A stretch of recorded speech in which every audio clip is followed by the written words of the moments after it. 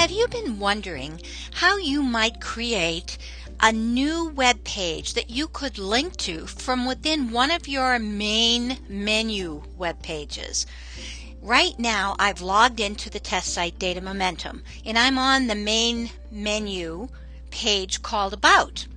But let's say within this page I want to give you additional information, but I don't want to set up a whole new menu item over here on the left for that. What I want to do is go to a standalone web page that will give you additional information. Well, there's a way to do that, and I'm going to show you how. To create this standalone page, I'm going to first go to the admin panel. So I'll click over here on the left. And as you can see, the admin panel allows me to do many different things. In order to create this standalone web page, I'm going to go to Menu Manage because it does more than just Menu Manage. When you click on Menu Manage, you'll see that the Edit menu appears and you have your main menu items. What I want you to do is click on Edit Menu, because you will see that in the upper part of this frame there is the menu builder, and we've talked about that before. But on the bottom of this page there's something called Page Manage, and this is where you can add a new linkable page. So over here on the right, I'm going to click on the type is page. I'm not going to create an editor or anything. And over here where the plus sign is an icon for actually adding a new item, and in this case I'm going to click it to add a new page. I'm going to call this page Web Design. Instead of working within this space, I'm going to go into the editor, which is easier to work with. Okay, here we are with the blank editor.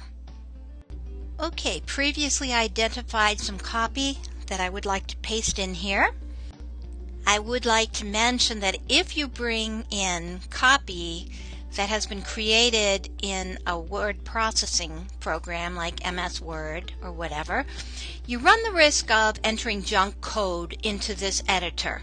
So it may not look exactly the way you want, and you may need to massage it a bit for it to look the way you wish. So sometimes it's easier to actually create right within the editor. Click on the image icon here.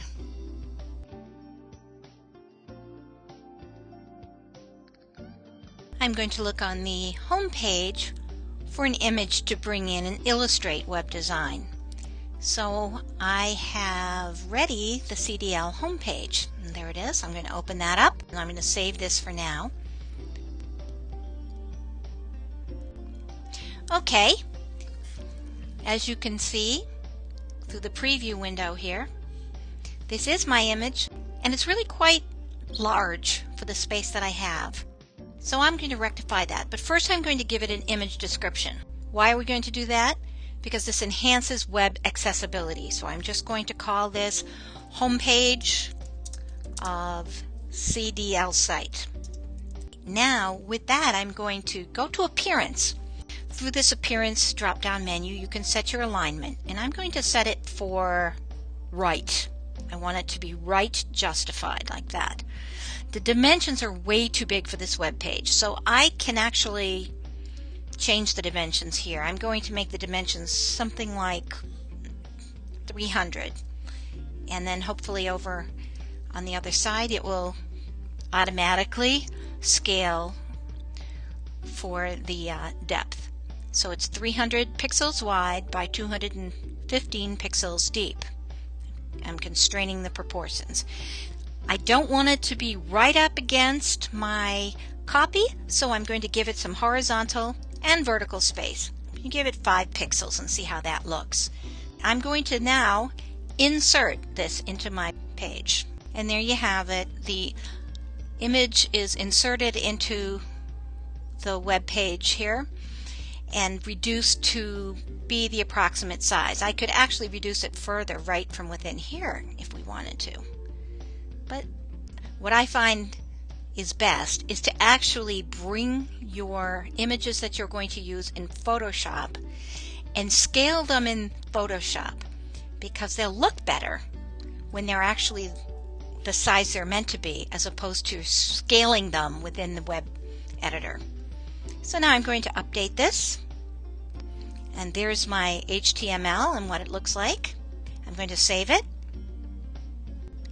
That takes me back here. I'm only on page 1 of 2, so I'm going to go to the last page there because that's probably where that new page is.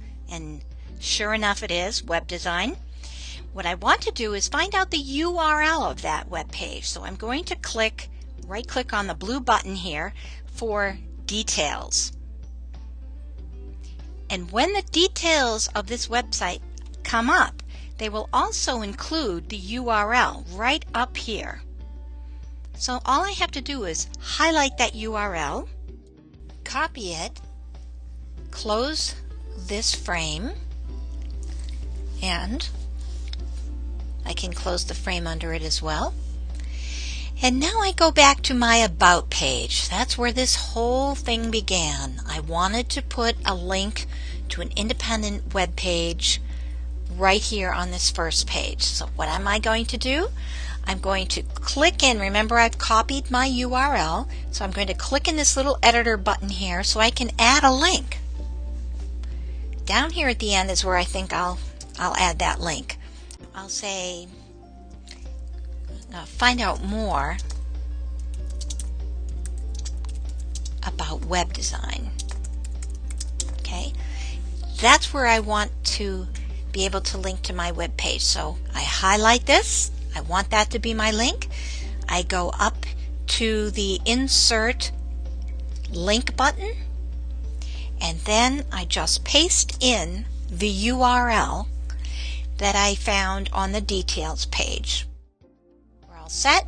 I'm going to insert it, and we're done. Let's save this in the editor. Let's log out, and now we're in the user view of this page, and you can see that at the end of paragraph 2 there is a link, find out more about web design. Let's click on it, see if it works. And certainly it works. And that's all there is to adding a linkable web page to an existing web page.